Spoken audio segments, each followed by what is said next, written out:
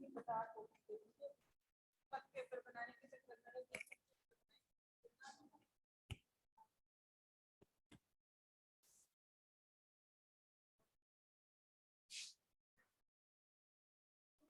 Morning ma'am.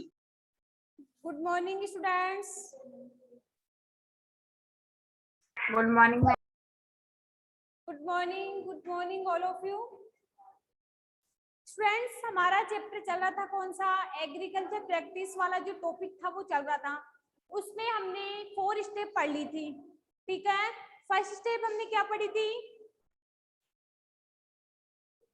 First step हमने क्या पढ़ी थी एग्रीकल्चर प्रैक्टिस के अंदर? आंसर दो कि एग्रीकल्चर प्रैक्टिस पढ़ा था, उसमें हमने फर्स्ट स्टेप कौन सी पढ़ी थी? Property of soil. Property of soil. Preparation of soil, very good. इसके बाद सेकंड स्टेप हमने क्या पढ़ी थी?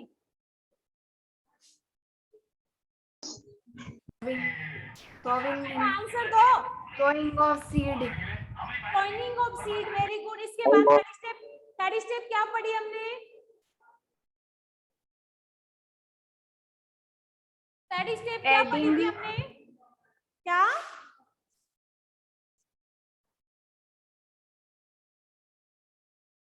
थर्ड स्टेप हमने क्या पढ़ी थी? Adding means and fertilisation. Fertilisers and 4 step पढ़ी थी हमने इरिगेशन। एक बार सभी स्टेप को देख लो। आज हम एग्रीकल्चर की जितनी भी स्टेप्स हैं उनको सबको कंप्लीट करेंगे, लेकिन उससे पहले हम देखते हैं कि एग्रीकल्चर प्रैक्टिस के अंदर हमने फर्स्ट स्टेप पढ़ी थी preparation of soil. Second step पढ़ी थी हमने sowing of seeds. Third step पढ़ी थी हमने manure and fertilisers. Fourth step की बात करती हूं मैं, इरिगेशन, ठीक है। प्रिपरेशन ऑफ सॉइल क्या होता है? प्रिपरेशन ऑफ सॉइल क्यों करवाते हैं हम लोग प्रिपरेशन ऑफ सॉइल?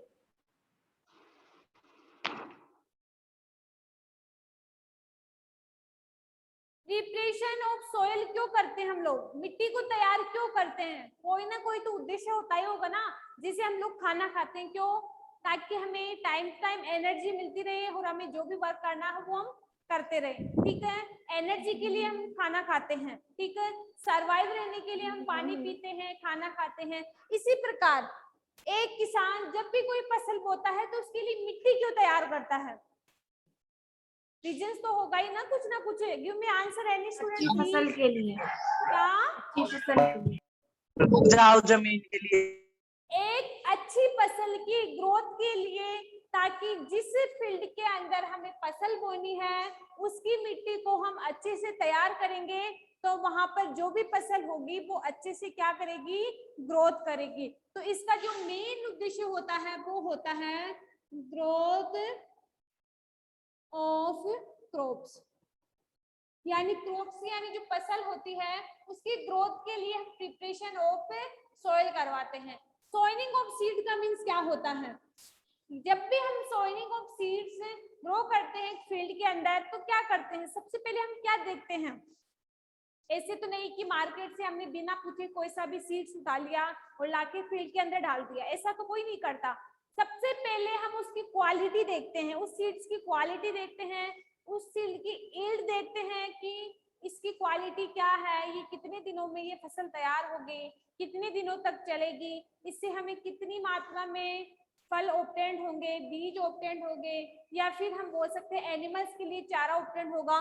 तो कोई भी फसल है, कोई सा भी सीड्स है, उसको हम सबसे पहले एक अच्छे सीड्स का सिलेक्शन करते हैं। क्यों? ताकि एक हमें अच्छी मात्रा में एक फसल यानी फसल का प्रोडक्शन मिल सके। इसके बाद हम मैन्यूर एंड फर्टिलाइजर्स, कि एक फसल के अंदर मैन्यूर और फर्टिलाइजर्स क्यों यूज करते हैं? क्यों करते हैं? वही फसल की अच्छी ग्रोथ के लिए, ठीक है। एक फसल की अच्छी ग्रोथ के लिए जैसे हम बात करते हैं, हम भी टाइम टू टाइम हम ऐसा भोजन लेते हैं ताकि हमें और भी ज्यादा एनर्जी मिल सके। इसी प्रकार वाटर के साथ साथ फसल को मेन्यूर या और फर्टिलाइजर्स इनकी भी रिक्वायरमेंट होती है। इसके बाद आज का हमारा टॉपिक है प्रोटेक्शन फ्रॉम वीड्स, यानी खरपतवार से बचाव। जानते हो कि खरपतवार क्या होती है? What is the weeds? अपनी भाषा में बताओ कि खरपतवार क्या होती है। What is the weeds? Weeds क्या होते हैं?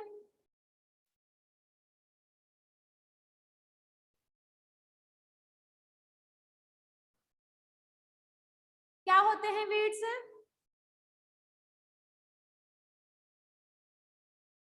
Any student? सानिया आप आंसर दो कि खरपतवार क्या होती है। देखो, वीड्स का मीन्स होता है खरपतवार, और खरपतवार है कि जब भी हम एक खेत के अंदर फसल ग्रो करवाते हैं यानी एक फसल बोते हैं तो उसके साथ कुछ अनावश्यक जो फसल होती है वो भी ग्रो कर जाती है, यानी ग्रोथ कर जाती है। जैसे अभी हमारे बाजरे की खेती है, ठीक है, तो हमारी मदर्स या फिर कोई भी घर के बड़े मेंबर्स है या हम भी ले लें तो हम क्या करते हैं, उस बाजरे की खुदाई करते हैं और उसमें जितनी भी वीड्स है यानी जो खरपतवार है, ये जो अनावश्यक बाजरे की फसल के अलावा जितनी भी अनावश्यक फसल है उसको विभिन्न उपकरणों की सहायता से हम क्या करवाते हैं, उस फील्ड से रिमूव करवाते हैं ताकि हमारी जो भी फसल है जो हमने बोई है वो अच्छे से ग्रोथ कर पाए। यस या नो? तो हम बोल सकते हैं कि वीड्स का मीन्स होता है, जो वीड्स है इसको हिंदी में बोलते हैं हम लोग खरपतवार, यानी किसी भी फसल के साथ जो अनावश्यक फसल ग्रो कर जाती है, उग जाती है, उसको हम वीड्स कहते हैं। और इसका जो मेन वर्ड होता है वीड्स का वो होता है अंडर ट्रिबल प्लांट्स, ठीक है। और इसका मीन्स होता है अवांछित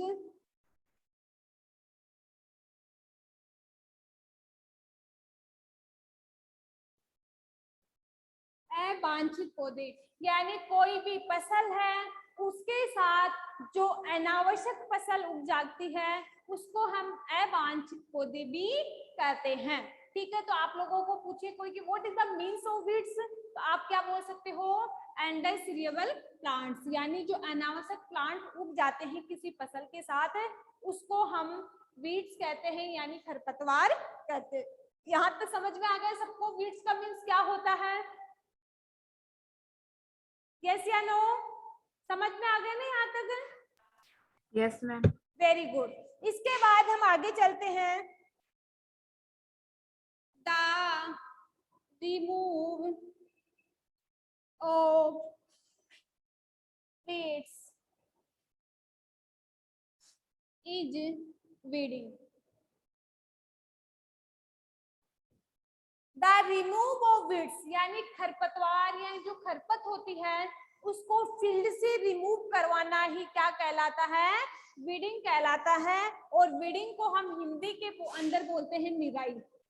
जो इन दिनों बाजरे की खेती है, मक्के की खेती है, या हम और किसी भी फसल की बात कर सकते हैं, टमाटर की फसल है, मिर्ची की फसल है, उनके अंदर जितने भी वीड्स यानी जितनी भी खरपतवार हो जाती है उसको हम जब रिमूव करवाते हैं तो उसको हम वीडिंग कहते हैं, यानी निराई कहते हैं। यानी हम किसी विभिन्न उपकरणों की सहायता से जितने भी वीड्स होते हैं यानी जितने भी खरपतवार होती है उनको हम क्या करवा सकते हैं, रिमूव करवा सकते हैं, जिसको वीडिंग कहते हैं यानी निराई कहते हैं। इसके बाद हमारी अगली लाइन है, weeds compared with crop plants. Weeds compared with crop plants, जानते हो ना इसका मीन्स क्या है? इसका मीन्स है, इस लाइन का मीन्स है कि जो वीड्स होती है, खरपतवार होती है, वो इतनी ग्रोथ करती है, यानी वो जो भी हमने फसल बोई है उसके साथ कंपेयर करती है, तुलना करती है। जितनी हमने फसल बोई वो जितनी ग्रोथ करेगी उतनी ही वो खरपतवार भी क्या कर जाती है, ग्रोथ कर पाती है। यानी सबसे ज्यादा खरपतवार बल्कि प्लांट जो हमने क्रॉप बोई है यानी हमने जो फसल उगाई है उससे ज्यादा तो जो हमारी वीड्स है यानी जो खरपतवार है वो ज्यादा ग्रोथ कर पाती है। इसके बाद हम बात करते हैं अगली लाइन की, अफेक्ट साफ ही नहीं दिख रहा ग्रोथ ऑफ प्लांट्स। मैम। हाँ बोलो मोहित। मैम साफ नहीं दिख रहा। साफ नहीं दिख रहा, बाकी स्टूडेंटों को? मैम दिख रहा है। ठीक है, देखो मैम धुंधला दिख रहा है। प्लांट्स यानी जो वीड्स होती हैं यानी जो खरपतवार होती है उसकी प्लांट की ग्रोथ पे भी इफेक्ट पड़ता है। यस या नो? मैंने बोला है कि हमने एक Yes, ना जमीन है यानी एक फील्ड है उसके अंदर हमने गेहूं की फसल बोई है, ठीक है, लेकिन गेहूं की फसल के साथ कुछ खरपतवार भी है। तो वो खरपतवार जब तक हम उस खरपतवार की वीडिंग नहीं करेंगे, उस खरपतवार को उस फील्ड से रिमूव नहीं करेंगे, तब तक हमने जो फसल बोई है वो अच्छे से ग्रोथ नहीं कर पाएगी। यानी हम बोल सकते हैं जो वीड्स होते हैं यानी जो खरपतवार होती है उसके इफेक्ट के कारण हमारी जो फसल है, हमारे जो प्लांट्स है वो भी ग्रोथ नहीं कर पाते हैं। इसी कारण तो हम क्या करते हैं, खेतों में खुदाई करते हैं खरपी की सहायता से या फिर अदर उपकरण होते हैं उनकी सहायता से उन वीड्स को रिमूव करवाते हैं ताकि हमने जो फसल बोई है वो अच्छे से क्या कर पाए, ग्रोथ कर पाए। इसके बाद हमारी अगली लाइन है manual removal of weeds by khurpi. यानी जिस उपकरण की सहायता से हम वीड्स को रिमूव करवाते हैं एक फील्ड से उसको हम बोलते हैं खुरपी। अधिकतर हमारी मदर जब भी खेत में निराई करने जाती है तो कुशी की सहायता से या खुरपी की सहायता से उन खरपतवार को यानी उन वीड्स को क्या करती है, फील्ड से रिमूव करवाती है। इसके बाद हम अगले पॉइंट की बात करते हैं,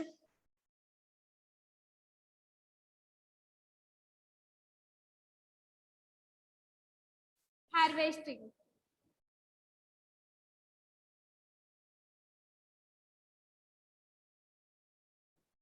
क्या होता है हार्वेस्टिंग का means? What is the means of harvesting? Give me answer any student, what is the means of harvesting? Harvesting का मीन्स होता है फसल काटने वाला यंत्र। यानी हम बोल सकते हैं थ्रेशर या फिर अदर उपकरण। यानी जब भी फसल एक ग्रोथ कर जाती है उसकी यानी जो अवधि होती है फसल की जब वो पूरी हो जाती है तो हम क्या करते हैं, उस फसल की कटाई करवाते हैं, तो उसको हम बोलते हैं हार्वेस्टिंग यानी फसल काटने वाले। तो इसके अंदर हम बात करते हैं, कुछ पॉइंट्स हैं। तो cutting of crop after its mature, तो crops cutting of crop after its mature, जब हमारी फसल पूरी तरह से परिपक्व हो जाती है तो हम क्या करते हैं, उस फसल की कटिंग करवाते हैं यानी उस फसल को काटते हैं। इसके बाद हम बात कर सकते हैं, सेकंड पॉइंट है डन मैन्युअली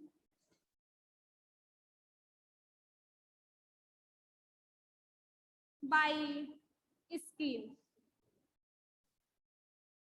इसका मीन्स क्या होता है, हम एक फसल की कटाई कैसे करते हैं? हमारी जो मदर्स है जब भी वो खेत के अंदर फसल काटने जाती है तो किसकी सहायता से फसल काटती है? खुरपी। दराती यानी दातली जिसको हम बोलते हैं, एक दराती की सहायता से हमारी मदर्स है वो उस फसल की क्या करवाती है, हार्वेस्टिंग करते हैं यानी उस फसल को काटती है। तो हम बोल सकते हैं कि done manually by the skill, यानी एक दराती की सहायता से हम एक फसल की क्या करवा सकते हैं, कटाई करवा सकते हैं। इसके बाद अगला पॉइंट है अपना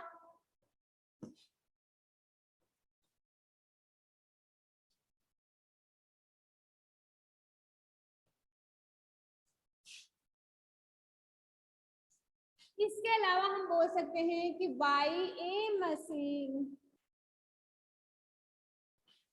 बाई ए मशीन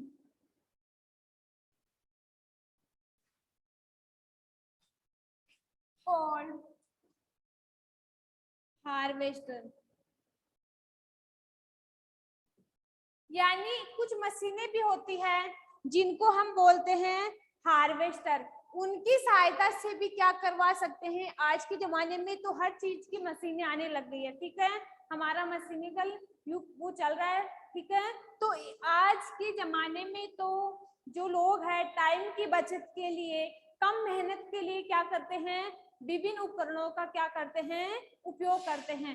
तो फसल की कटिंग के लिए जो हार्वेस्टर होता है, उस हार्वेस्टर की सहायता से भी हम क्या करवा सकते हैं, फसल की कटाई करवा सकते हैं। दराती के, क्योंकि जब तक हम दराती से फसल की कटाई करेंगे तो उसमें टाइम भी ज्यादा लगेगा, ठीक है, मेहनत भी ज्यादा होगी।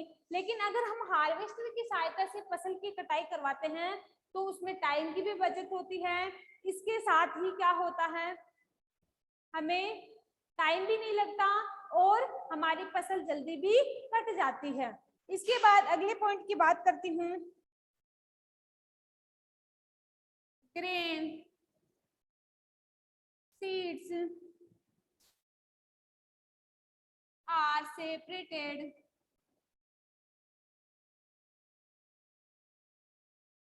From the chaff. जानते हो कि चाप का मीन्स क्या होता है? आपने देखा होगा कि जो अनाज होता है उनके चारों तरफ क्या होते हैं, छिलके होते हैं, ठीक है। और अगर उन छिलकों को हमें क्या करवाना है, रिमूव करवाना है, तो इसके लिए हम एक मेथड लेते हैं विनोइंग। और विनोइंग मेथड में क्या होता है, इस मेथड के द्वारा हमारी मर्दस क्या करती है, जब भी हम आटा पिसवाते हैं गेहूं से, तो उससे पहले हम क्या करते हैं, गेहूं के दानों की सफाई करवाते हैं, यानी उसमें जितने भी कंकड़ वगैरह है या फिर गेहूं के बाहर के जो छिलके हैं, ठीक है, जिनको हम चाप बोलते हैं, अगर हमें उनको रिमूव करवाना है, ठीक है, तो उसके लिए हमें विनोइंग मेथड यूज करना होगा। और विनोइंग मेथड में क्या होता है, इस मेथड के द्वारा हमारी मदर्स क्या करती है, हमारी मदर्स एक किसी भी बर्तन में या हम बात कर सकते हैं गमले में अनाज लेती है, ऊंचाई से गिराती है, ठीक है। तो ऊंचाई से गिराने से क्या होता है, जो हल्के पार्टिकल्स होते हैं वो तो रिमूव हो जाते हैं, और हल्के पार्टिकल्स में कौन होते हैं, हमारे वही चाप, यानी गेहूं के छिलके, और जो भारी पार्टिकल्स हो जाते हैं यानी गेहूं के दाने, वो एक जगह इकट्ठे हो जाते हैं। तो विनोइंग का मीन्स होता है कि ग्रेन सीड्स यानी गेहूं के या मक्का के जितनी भी सीड्स होते हैं, बीज होते हैं, इनके बाहर की तरफ जितने वो चाप होते हैं यानी छिलके होते हैं, उनको हम विनोइंग मेथड के द्वारा क्या कर सकते हैं, सेपरेट कर सकते हैं, यानी अलग कर सकते हैं, ठीक है। इसके बाद हमारा अगला है हार्वेस्टर फेस्टिवल।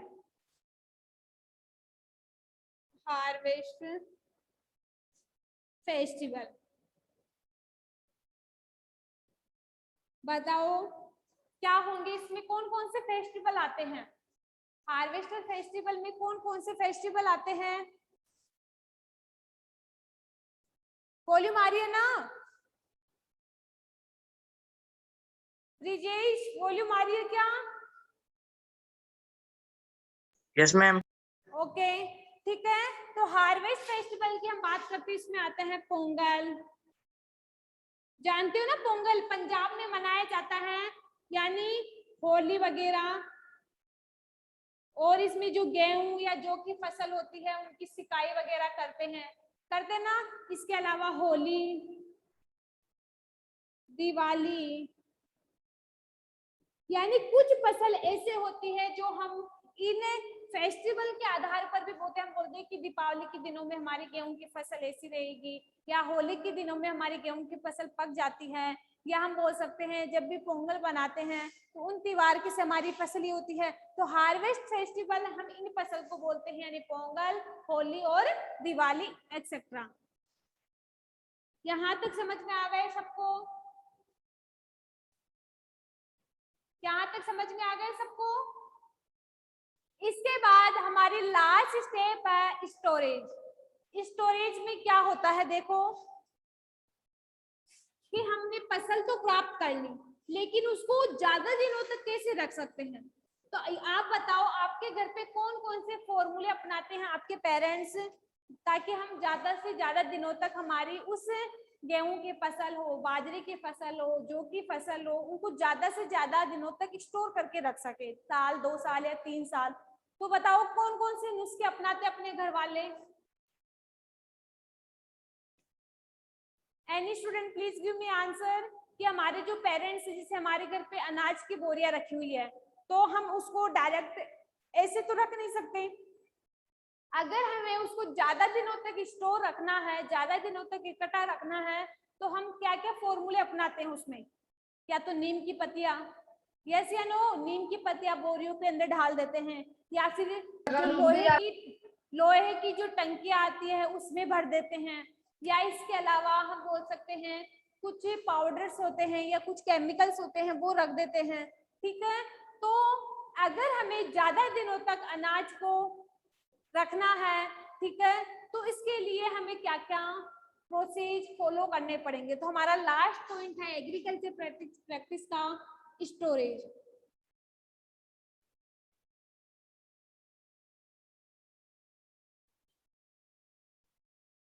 और स्टोरेज का मीन्स होता है भंडारण, कि हम कैसे एक फसल का भंडारण कर सकते हैं या ज्यादा दिनों तक उस फसल को रख सकते हैं।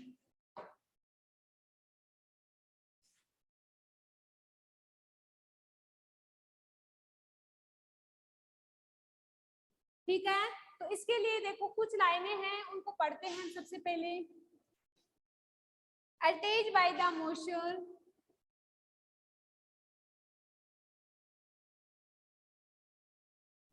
attached by the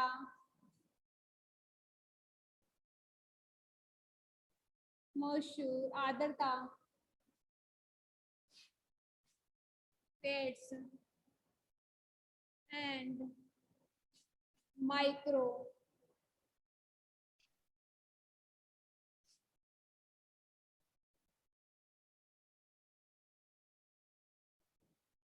सबसे पहले हम बात करते हैं कि छोटे छोटे सूक्ष्म जीव। ठीक है, जैसे हम बात करें रेट की बात करते हैं, ठीक है, इसके अलावा माउस की बात करते हैं। हम अगर बोरियों के अंदर उन अनाज को रखें तो क्या कर देते हैं, वो खराब कर देते हैं। ठीक है, इसके अलावा सेकंड बात करते हैं हम सेकंड पॉइंट की, dried in sun.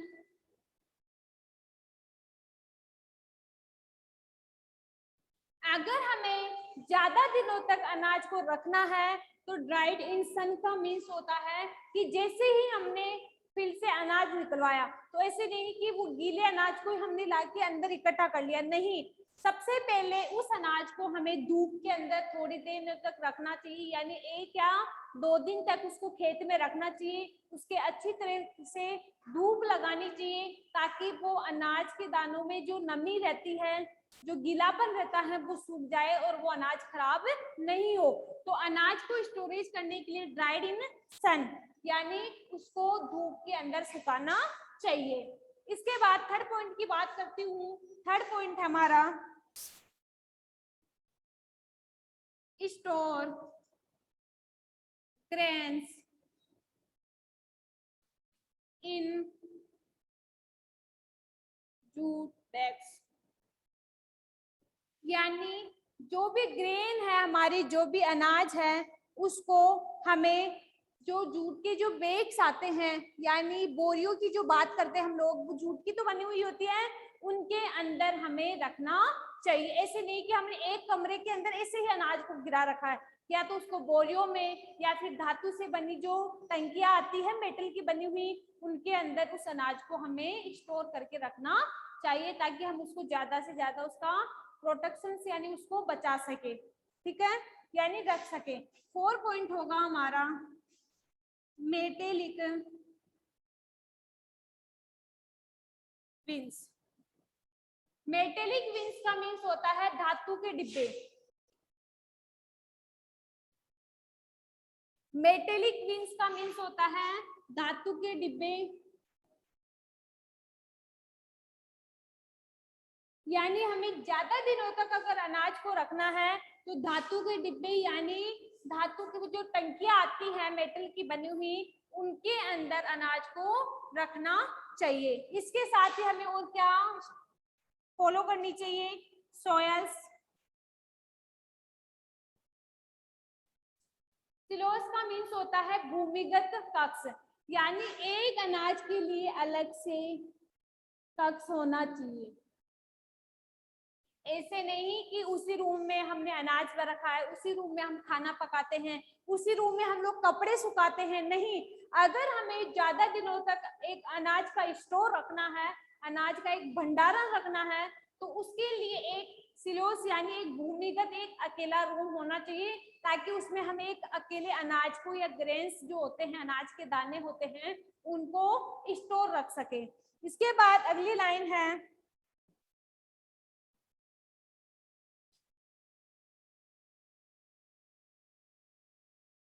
Dried Neem leaves.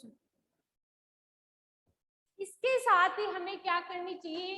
नीम की जो पत्तियां आती है, आपने घर पे अपने पेरेंट्स के पास देखा होगा या सुना होगा कि अगर हम अनाज की बोरियों में या टंकियों में नीम की पत्तियां डाल दें, तो इससे ना तो उसमें सूक्ष्म जीव पनपते हैं, ना ही हमारे जो ग्रेन्स होते हैं यानी जो गेहूं के दाने होते हैं वो खराब नहीं होते हैं। तो ये था हमारा इस चैप्टर का लास्ट टॉपिक, स्टोरेज। इसमें हमें क्या क्या करना पड़ता है? सबसे पहले हम खेत से अनाज को निकालते हैं, उसमें से जो भी कंकड़ वगैरह उनको रिमूव करवाते हैं, तो उसको 1-2 दिन धूप के अंदर रखते हैं, ठीक है।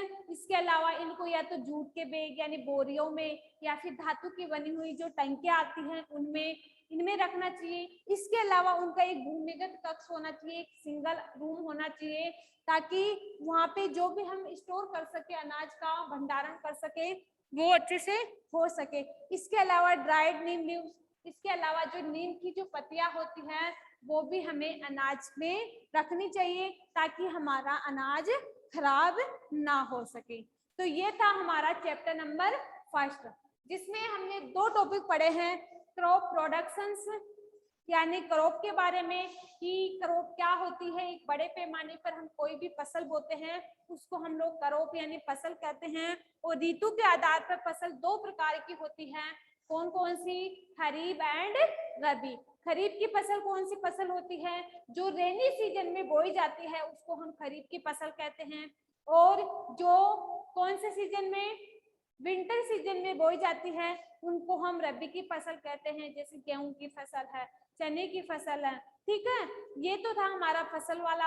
इसके बाद हमने पढ़ा एग्रीकल्चर प्रैक्टिस के बारे में, और एग्रीकल्चर प्रैक्टिस के अंदर कोई भी किसान अगर एक क्रॉप का अच्छा प्रोडक्शन उसको प्राप्त करना है, एक अच्छा फसल उत्पादन करना है, तो उसके लिए उसे कुछ स्टेज यानी कुछ स्टेप्स है वो फॉलो करने पड़ती हैं। सबसे पहले वो मिट्टी तैयार करता है। क्यों करता है? एक फसल की अच्छी ग्रोथ के लिए, ताकि वहां पे जो भी फसल हम बोए वो एक अच्छे से ग्रोथ कर पाए। इसके अलावा हम सेकंड बात करते हैं, कौन सी? सेकंड, सोइनिंग ऑफ सीड्स, कि कोई भी किसान जब एक सीड्स को फील्ड के अंदर डालता है, खेत के अंदर डालता है, तो इसके लिए वो सीड्स का सिलेक्शन करता है, ठीक है। इसके बाद वो विभिन्न उपकरणों की सहायता से सीड्स को खेत के अंदर डालता है। इसके बाद फिर पढ़ा मैन्यूर एंड फर्टिलाइजर्स। ये भी हम एक प्लांट की अच्छी ग्रोथ के लिए क्या करते हैं? यूज करते हैं। इसके बाद हमने 4 पॉइंट पढ़ा। 4 पॉइंट हमारा क्या था? इरिगेशन। और इरिगेशन क्यों करते हैं? प्लांट की अच्छी ग्रोथ के लिए, एक प्लांट अच्छे से सरवाइव कर सके और एक अच्छे से हमें फल फूल जो भी हमें ऑब्टेन करना है फल से, वो हमें एक अच्छी क्वालिटी के साथ मिल सके। और उसके लिए 2 मेथड होते हैं इरिगेशन के, traditional method and modern method.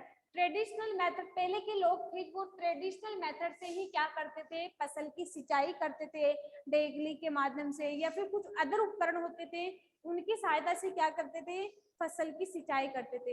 लेकिन आज के इस जमाने में हमारे कुछ मॉडर्न मेथड है, यानी हम बोल सकते हैं स्प्रिंकलर यानी फवारे के द्वारा या फिर ड्रिप सिस्टम के द्वारा। और हमारा जो ड्रिप सिस्टम होता है उसकी सहायता से एक फसल की हम अच्छे से पैदावार कर सकते हैं, यानी जिस क्षेत्र में या जिस एरिया में पानी की कमी है वहां पे भी हम ड्रिप सिस्टम के द्वारा क्या कर सकते हैं, एक फसल का अच्छा उत्पादन कर सकते हैं। इसके बाद हमें पढ़ा वीड्स, रिमूव द वीड्स क्यों करवाते हैं, क्योंकि वो अगर जब तक हम खेत से वीड्स को यानी खरपतवार को रिमूव नहीं करवाएंगे तब तक हमारी वो फसल अच्छे से ग्रोथ नहीं कर पाती है। ठीक है, इसके बाद हमने पढ़ा हार्वेस्टिंग की, हमारी जो घर पे मदर्स है या फिर बात करते हैं दराती की सहायता से या हार्वेस्टर की सहायता से क्या करती है, फसल की कटाई करती है। और उसके बाद जो भी फसल हमें मिलती है उसको हम स्टोरेज करते हैं। और वो स्टोरेज कैसे करते हैं, एक अलग से रूम होना चाहिए या फिर उनको जूट के बैग आते हैं उनमें या धातु के बने हुए जो डिब्बे आते हैं उनके अंदर हमें रखना चाहिए। आज हमारा ये चैप्टर कंप्लीट हो चुका है।